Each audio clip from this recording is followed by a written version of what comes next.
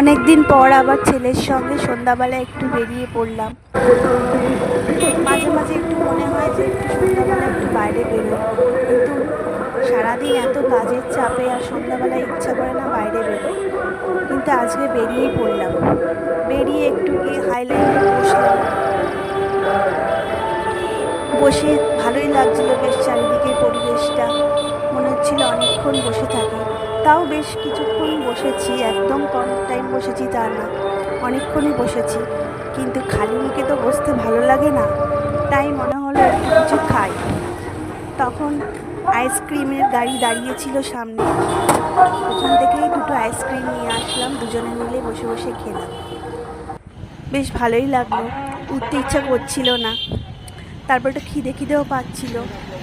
অনেক রকমের স্টল ছিল, কিন্তু মনে হলো ছেলে যেহেতু পাপড়ি চাটটা ভালো খায়, তাই ওখান থেকে গিয়ে একটা পাপড়ি চাট নিয়ে আসলাম। পাপড়ি চাটটা নিয়ে দুজনে মিলে আবার খেলাম বসে।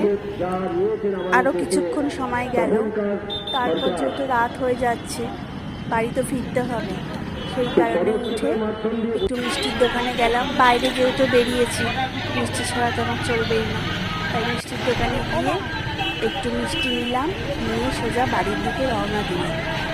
আজকের সন্ধ্যাটা বেশ ভালোই কাটলো।